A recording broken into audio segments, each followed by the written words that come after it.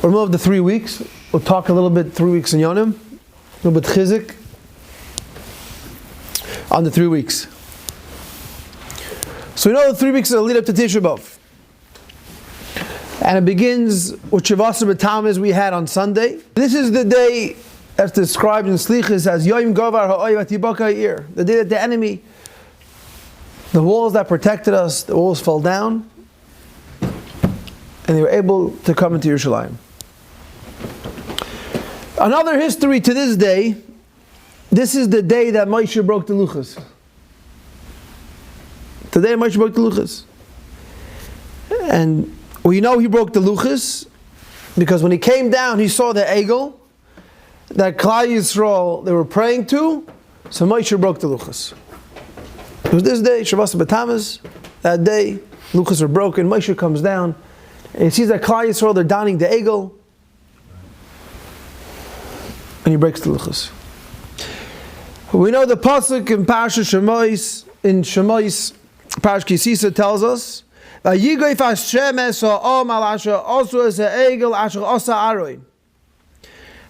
brought a magefa on Klal Yisrael because they served the egel that Aaron HaKohen made for them.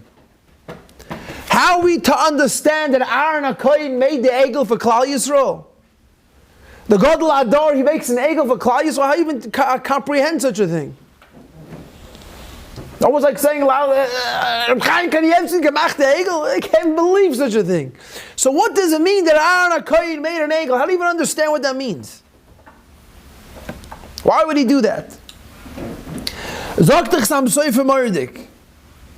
says that Aaron made the egel because he knew if he didn't make the egel, there would be a tremendous Machloket in Klal Yisrael of yes making and not making, between those who wanted to make the egel and those who didn't want to make the egel. And Aaron chose Avodah Zarah over Machloket because, some words are mind-boggling, because Machloket is worse than being over Avodah Zarah. So Aaron chose Avodah Zarah over Machloket. How are we to understand this, that Avodah Zarah is better than Machloket? Oyam v'noira.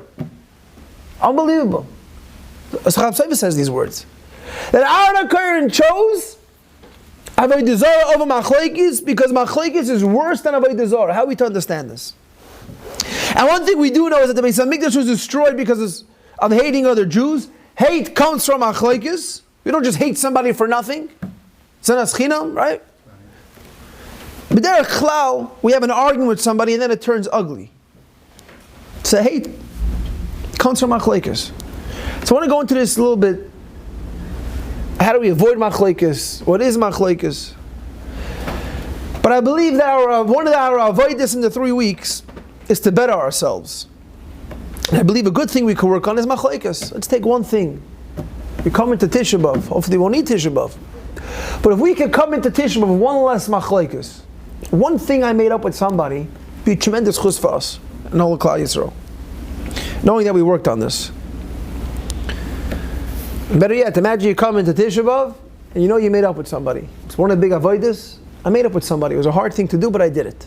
I was mizgaber. I was able to make up with somebody.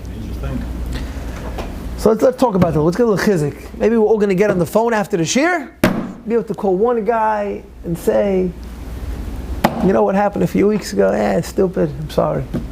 Schuldig. Salachti, I'm sorry. Maybe. It's avodah. On the phone he can't hit. So Shlach Kodesh, Alvin's key like he was never gone. Alvin's back on his game, everybody saw. He's Givaldik. So Shlach Kodesh writes, I don't need to discuss Machloket because there's so many Surim that talk about it. But Zok the Shlach Kodesh, take this rule with you. Machloket is worse than Avodah Zarah. So I'm backing up what we said with the Shlach Kodesh. A lot of Surim write about it, but take this rule with you. That Machloket is worse than Avodah Zarah. And Zok the Shevet Musar, that the man fell just about every day we're in the Midbar. Even when Klal Yisrael made the Egel, the man fell. Except for Shabbos. Even when we did the Egel, the man fell. Rabbi say, when didn't the man fall? Korech V'Adosai. That was a regular day. Oh. What do you mean? They downed the Egel. It fell. But when there's given Machloikis, when there's a Machloikis, the Karech V'Adosai, that day the man didn't fall. Zok T'Sheva Musu, we see Nachamo. As Machloikis is worse than Avodah Zarah. When they had the eagle, it fell. But Karech V'Adosai, then it didn't fall. Mind-boggling. I think about Machloikis. Okay, I got into a fight. So what's the big deal? They hate me. Okay, that's not a push the thing. It didn't fall for anyone? It didn't fall for the people involved in Machloikis? It's a good question. I'm not sure. But we see, I would think it would be on a whole, we all part of one nation. But we see clearly over here that Karech V'Adosai, that's when there was a Machloikis, it stopped. When there was the Egel, it continued. And Yalkut Shmoini tells us that just about the entire door of Achov, we know they were Oived Avodah Zarah. Yet they won every war. I do Avodah Zarah. And the answer is because in that door they didn't speak Lashon Hara. It wasn't so much Machloikis. They didn't talk Lashon Hara. They didn't talk bad about other people. But they won the wars. The Mechamas they won even though they were Avodah Zarah, because there was no Lashon Hara. But if you look in the door of David HaMelech, there was so much Torah. Even the little kids knew Torah, but they lost the wars. How could it be? There was so much Torah, and here he lost the wars. And over there was so much of a Zarah, and there he won the wars. What's the pshat? And the Torah is because in the door of David HaMelech there was a lot of Lashon Hara. People were talking, and because of that, they lost the war. Machloikis. Lahaldo reminds me today, Chas v'Shalom. There's so much Torah, but in social media, in 1 second, you just send out a WhatsApp, and everybody knows what's going on, even if it's not true. And you find that a month later, that thing wasn't true. We forgot about it, but B'shas was hot. It was Geshmak. I know the guy. I sent it to him. Wow, everybody got it. This guy, gonna get him. It's not Pashit. The door of Achav, they won the war. Oyev Avodah Zarah, no Lashon Hara. David HaMelech, Torah Arei Shir. So much Torah with David HaMelech. But what happened? They lost the war because a lot of Lashon Hara. And the Shlah quotes this Medrash, this Yalkut, he quotes it as a source to show us that Lashon Hara and Machloikis are worse than Avodah Zarah. And we're all human beings, we all like to talk. And some of us enjoy to talk about other people also. Let's work on one thing. At times we don't even realize we're talking bad about somebody, right? It's normal. We talk, we don't realize. So I'm not telling you to work on that. You don't even realize you talk about other people. I want to work on one unique nekuda. How many times are we talking to people and our brain hits us for a second? We get like a little clap. Should you say it? Should you not? It all happens to all of us. I'm not one little nekuda. I want to come in that no, I came into Tisha B'Av. I worked on something that the Beis Hamikdash was destroyed. I'm misakin something. How many times do we talk and we get the little tap on the brain like that? And I stop. Should I say it or should I not say it? I want to utilize that tap that we all get. I'm not going to say it.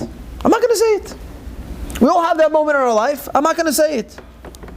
Someone's got a daily, that tap. Someone's got a weekly, depending on how outgoing you are. If you talk like a baba, you probably get a few times a day. But if you don't talk so much, you don't get it. But we all get that in our life. But the Ma'aseh, is it worth it to say it? What I'm about to say now is worse than Avodah Zarah. You can't even understand it. And the question is, even if I say what I'm saying, what am I gaining? Usually, what are you gaining by saying it? If you stop for a second, the answer is nothing. What's my proof? Because my proof is, if you walk out, if you need the bathroom, you run out to the bathroom. By the time you come back, you're not even going to want to say what you wanted to say now. 99.9% of the time. Right? It's the biggest raya. So for that 1 second to feel geschmack, but you don't even need it, because you all agree. If you run out for 2 minutes and come back, you're not even going to say what was on your mind. So why am I saying it? Okay, we have the Yetzer Hara, it's pushing us. But it's a vice that as much as we feel the urge to say it, and believe me, I like to talk a lot. I also want to know what that urge is. But the biggest proof is when we walk out for that second, and when you come back, you're not even saying it, so the urge is like it's a fake urge. It's the Yetzer Hara just kicking us in and pushing us to do it. Because you agree, when you walk out, you come back, you're not even saying it anymore. So what's the vart? It's a horrid. It's a little tap. So it's the biggest proof to us that even if I want to say it, I have nothing to gain. Come out, nothing to gain. You know, in life, I have to give big shalom aleichem. This is I call him Abba. He's my second father, Bemis. Everyone's going to ask why you weren't here for 5 years, but whatever. I'm telling you, Bemis. Welcome. Oh, you see? Ooh. Welcome. So, you know, in life, most people would like to do things for personal gain.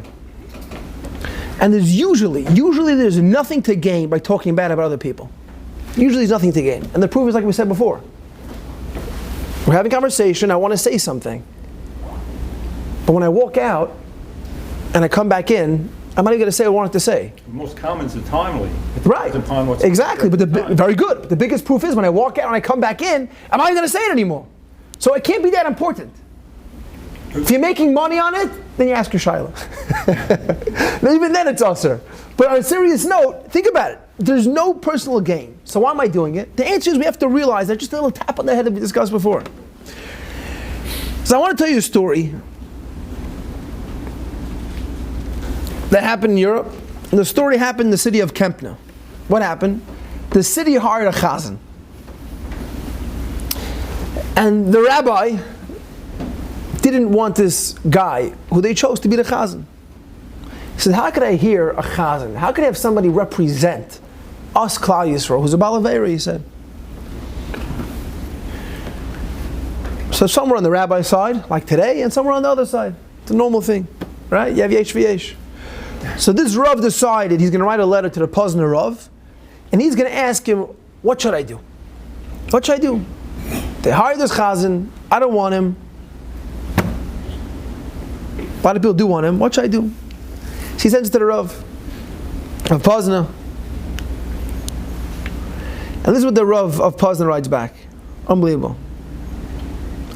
He tells him, it's better to hold back Machloket from a city than to fire this chazan. See again, the koyach. I is a balavera, I is this, I is that. This was the Rav's response. He said, I don't care. He says, if you're going to cause a fight, better to back off and have this guy be the chazan than to have Machloket. So see again how strong this thing is in your Machloket is. We said it's worse than Avodah Zarah. We brought Rambam Letter saying that Machloket is worse than being Oyer Avodah Zarah. That's the shmuz now. The what? Yeah. So we see from here, either Rav says about Balavera, I don't care, it doesn't matter. The Maisa, Machloket, the Rav wrote back. The Rav Pozner said Machloket is worse. He says leave the chazan, forget it. And in this world, there's nothing worse than Machloket. The Rambam wrote the following letter to his son. Listen what he writes to his son. He tells his son, don't contaminate your soul with Machloket. He says, which destroys our soul, our body, and money. And the Rambam tells his son, I've seen cities destroyed, families that were successful. They all fell because of Machloket. And he says the Nevi'im already discuss how bad Machloket is, and our Chachamim add to it. Tell us how bad it is. Says the Rambam, we should run away from it and stay away from it because you don't want to fall into this trap. Because it's very hard to get out. And Chaim Pelagi was Moisef. He says that I've seen so many times that there are men and women, cities, countries who just were fighting and they lost everything. So he says somebody who has a little bit of seichel will be mevater. Somebody who understands what Machloket brings. Destroy the Beis Hamikdash, for crying out loud. If we understand what it brings, we will be mevater and the schar will be on us. It will be on us. I know a family, very close family. They have a big family business. The whole family works in the business. For some reason, the father decided, before the father died, he's giving his business. They own a lot of apartment buildings. For some reason, decided he's putting all the apartment buildings on two of the kids' names. Nobody knew. So the father dies, and the business on two of the kids' names. It's like 8 kids. You can imagine what's going on. There's a tumult. She'ein kamayu. Big tumult. So the 2 kids are saying, what do you mean? Put my name.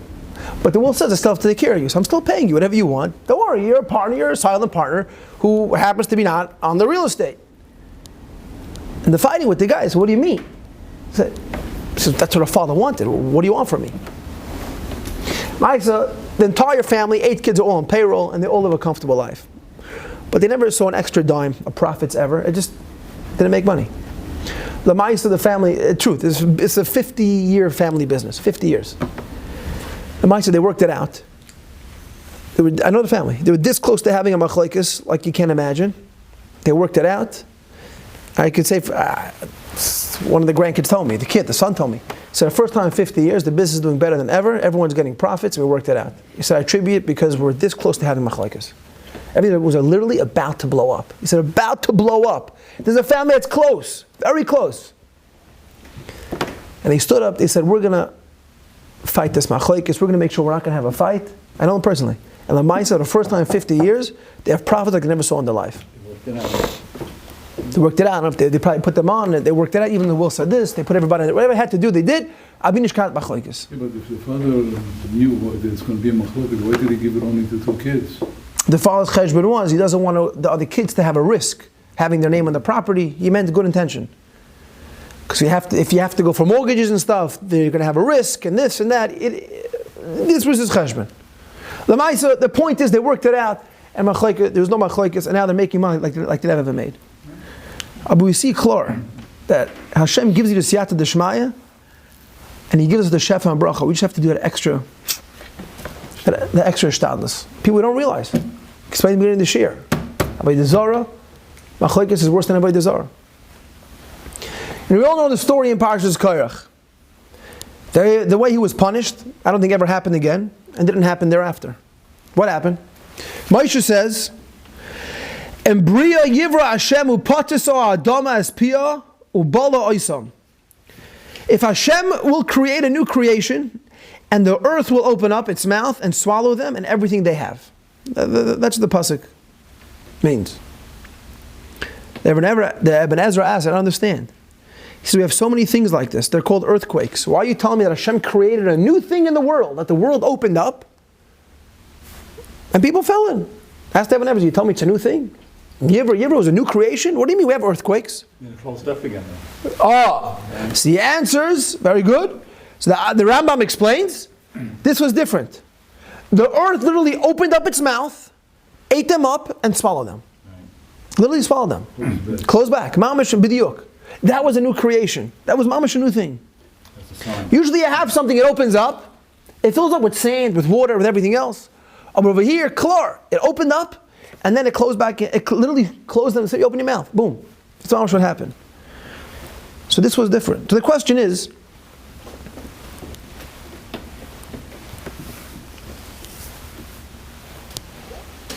why was it so necessary for Hashem to do something so weird? So you have machlokes, very nice. You're going to change teva? Change teva. Open it, close. Maybe open it, let them go inside. Why'd I have to close again? Just be a sign. Why'd I have to, very good. You see, you're leading up, very good. So Teretz is, Hashem wants us to remember this Yisayid. There's a story. A guy was a machlokes, Korach v'Dasa, doing terrible things. Had they died in a natural way, no one's going to remember it. Right. Natural cause. But the vibes over here is that no, there was a machlokes, we're coming in, we're going to change the world. I'll be that you, Am Yisrael, should remember how bad machlokes is. It's a fascinating thing. HaKadosh Baruch Hu changed the teva. He changed the natural ways of the world, so we should understand how bad machlokes is. I'm going to open it up and I'm going to close it, even though it's not the norm. We should remember how bad machlokes is and how much you stay away from it. That's how HaKadosh Baruch Hu did it. And we see by Yaakov Avinu that he saw Baruch HaKodesh that there's going to be a machlokes one day. This everybody knows, famous word. And what did he ask? He says, my name shouldn't be mentioned next to Korach. The pasuk says, V'yikach Korach ben Yitzchak ben Kahaz ben Levi. What happened to Ben Yaakov? So Rashi tells us, because Yaakov asked that his name should not be present with machlokes. I don't want to have any shaykhs to this. Leave me out of it. I want to have nothing to do with it. Nothing. And Rashi later tells us something fascinating later in the parsha. He tells us, you want to know how bad machlokes is? We know that Bezin Shalmata, the Bezin down here, doesn't punish somebody unless he's bar or bas mitzvah, right? We know you're not a bar, you're not responsible unless you're a certain age. And Bezin Shalmala doesn't punish until when? Till you're esrim. 20. Till you're 20, right? But by Machloket Korach, it's very funny. We see that even nursing babies died. But what they do? Bezin Shalmala doesn't punish until you're 20. With the sons of survival. So what's the pshat? The babies, it says the babies died. What's the reason for that? So why is Machloket so severe that even the nursing babies died? Says the Maral in Sefer Gur Aryeh, he says it's not that Hashem brings punishment on the babies. He says no, that's not what happened. He says, but when you have Machloket, when there's Machloket, Gehenim's together. What does that mean? He explains like this. He says that Machloket and Gehenim were created on the same day. The second day of creation, Machloket and Gehenim were created. So they literally go hand in hand. They're attached. They're both created on the second day. They go hand in hand. And that's the reason young kid died. He says Machloket is united with punishment, and you're under the same roof as Machloket, you have that punishment together. They're created the same day. It's a chiddush of Machloket. They're both created the second day, so they come together. So when you have a Machloket, what happens is you have that Gehenim together. So when one makes Machloket, he brings Gehenim onto himself. And therefore the punishment is with him and with his family. Rachmana litzlan. See clearly over here. Wasn't the mind? The what? He separated between the waters up there and the waters down here. There was a Machloket, no? No, I understand, but he said the second day they were created was Machloket and Gehenim. So Mamela, it's almost like they come hand in hand. They're attached. So some of those two things are attached. So if someone has a Machloket, you have the Gehenim there. So you're living here under the roof. Your Machloket is, you have Machloket in the house. So you have the Gehenim there. Everything is there together. He says it comes. It's not you did an avera and you get an einish right after. He says here it's mavas achas. That's what he says.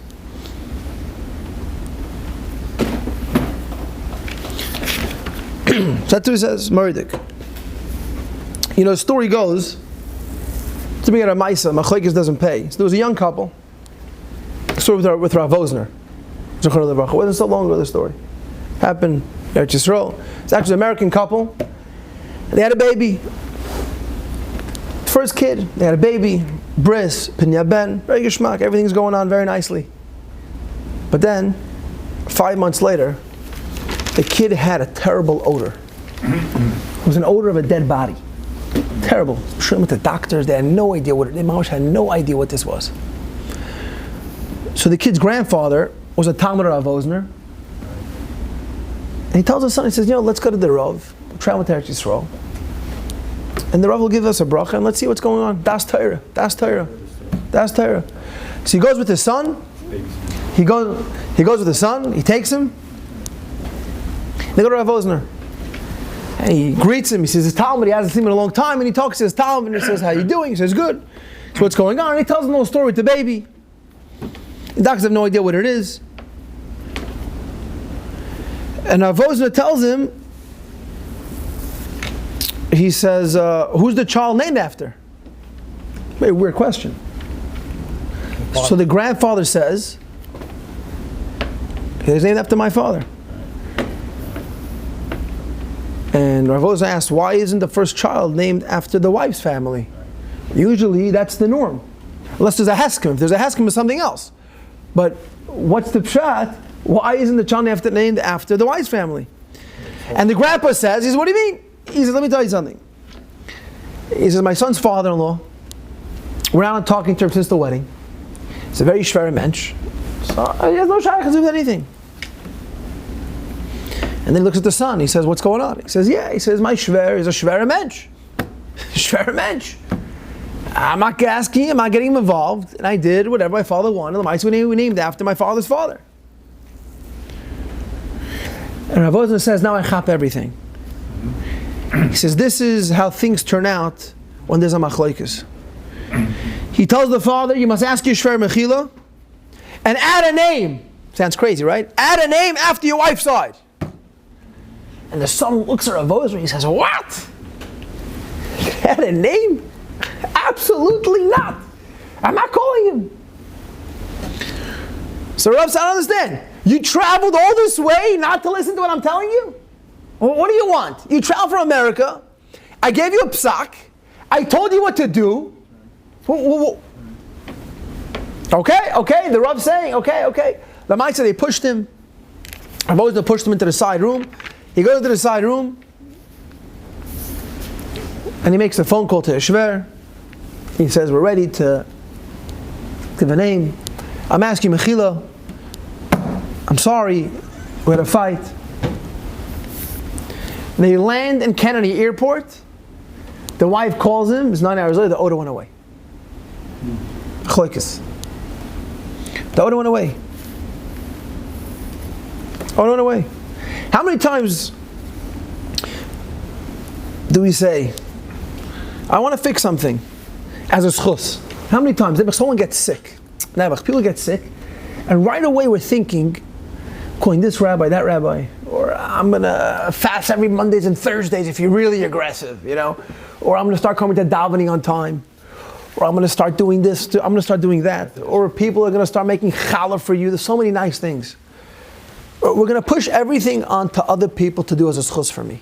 Make challah. We've got 100 people in a room. I'm just going to write the check for so and tzedakah. There's so many nice things we do. What about the machlokes part? We see clearly how strong and what it does to us. We said in the beginning of the shir what it does to us. Machlokes is fire. And we see clear from Aaron HaKohen. Aaron made the egel we explained earlier. Because better avodah zarah than machlokes and Klal Yisrael fights, he makes the egel.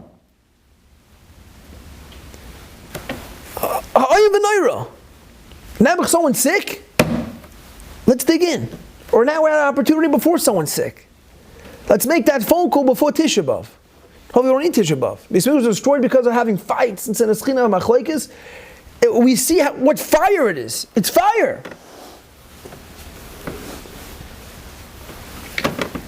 So we see clear how strong Machlokes is. The question is, what can we do and try to avoid Machlokes? So I saw brought down from Malach Bidam, and he said a few interesting points. I want to say over. Maybe they're pashit, but when we hear it again, it makes a difference. So he brings it from the level of a Rebbe. So when you're talking to somebody, and you feel that, almost what we said earlier, a little different. When you feel the urge, he says, to make machlokes, he says, put water in your mouth and don't swallow it.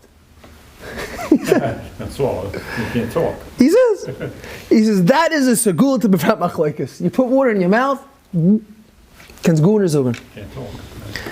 He says, as long as you can push off machlokes, he says, keep that mouth full of water.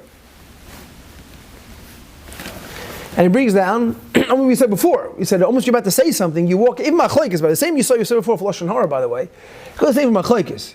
So I'm about to argue with somebody. How many times someone's talking to you and you're about to say something, you're about to scream at it, and something just taps your brain, and you're like, you know what? I'm going to think about it. I want to respond. I go to sleep and I wake up in the morning, and all of a sudden, it's cool. Mr. Glade didn't say it. Exactly, I didn't say it, right? But I had such a time to say it that second. I had such a geschmack to say it. You wake up in the morning, you have a clear mind, all of a sudden everything looks different. Everything looks bleak and everything looks green and red. All of a sudden turns just like beautiful skies and everything's fine. What changed? The teretz is not important to say it. It's mamish not important to say it. If we push things off a little bit, it changes our entire perspective. It changes everything. We just have to be knowledgeable about it. And what's the raya pushing off helps? We see by Moshe Rabbeinu. What happens? The whole fight. Who's becoming the Kohen Gadol? So Moshe says, tomorrow Hashem will disclose who's going to be the Kohen Gadol. Why tomorrow? Why does Hashem say it today? What does it mean? Tomorrow Hashem is going to tell us who's the Kohen Gadol. Say it now. What are you doing tomorrow?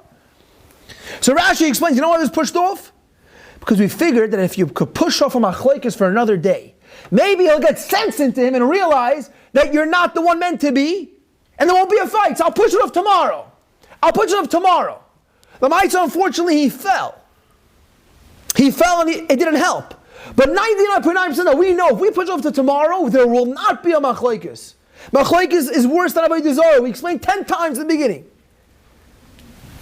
So this is an important antidote against machlokes. Let's wait. We don't have to act right away. We don't have to. Let's think it over.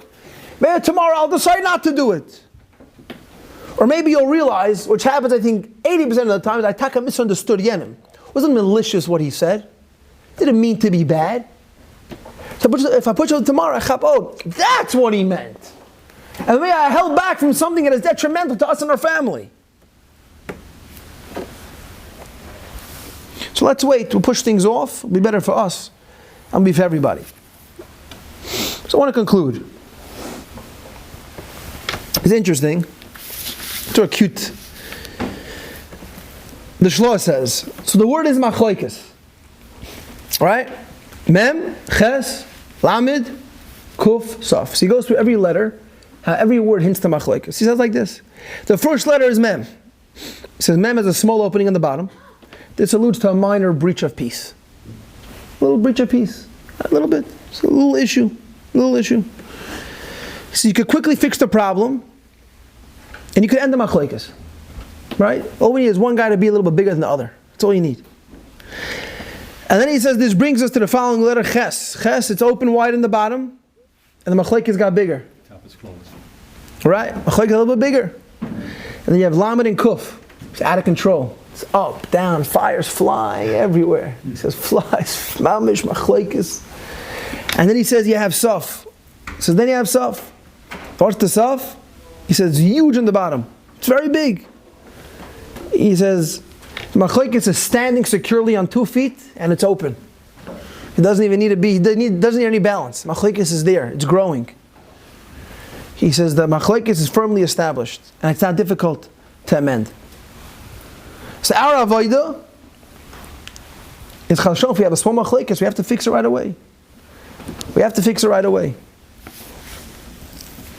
And what happens if we did start a Machloket?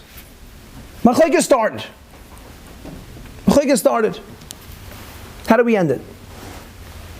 So he brings that into a very interesting thing, which we all know. We all have that same dot we said in the beginning, that little tap with the Lashon Hara. There's another tap. How many times you talk to somebody, and we have an argument with the person, and I go home, and I'm thinking, should I just send him that text, sorry for today? That little tap.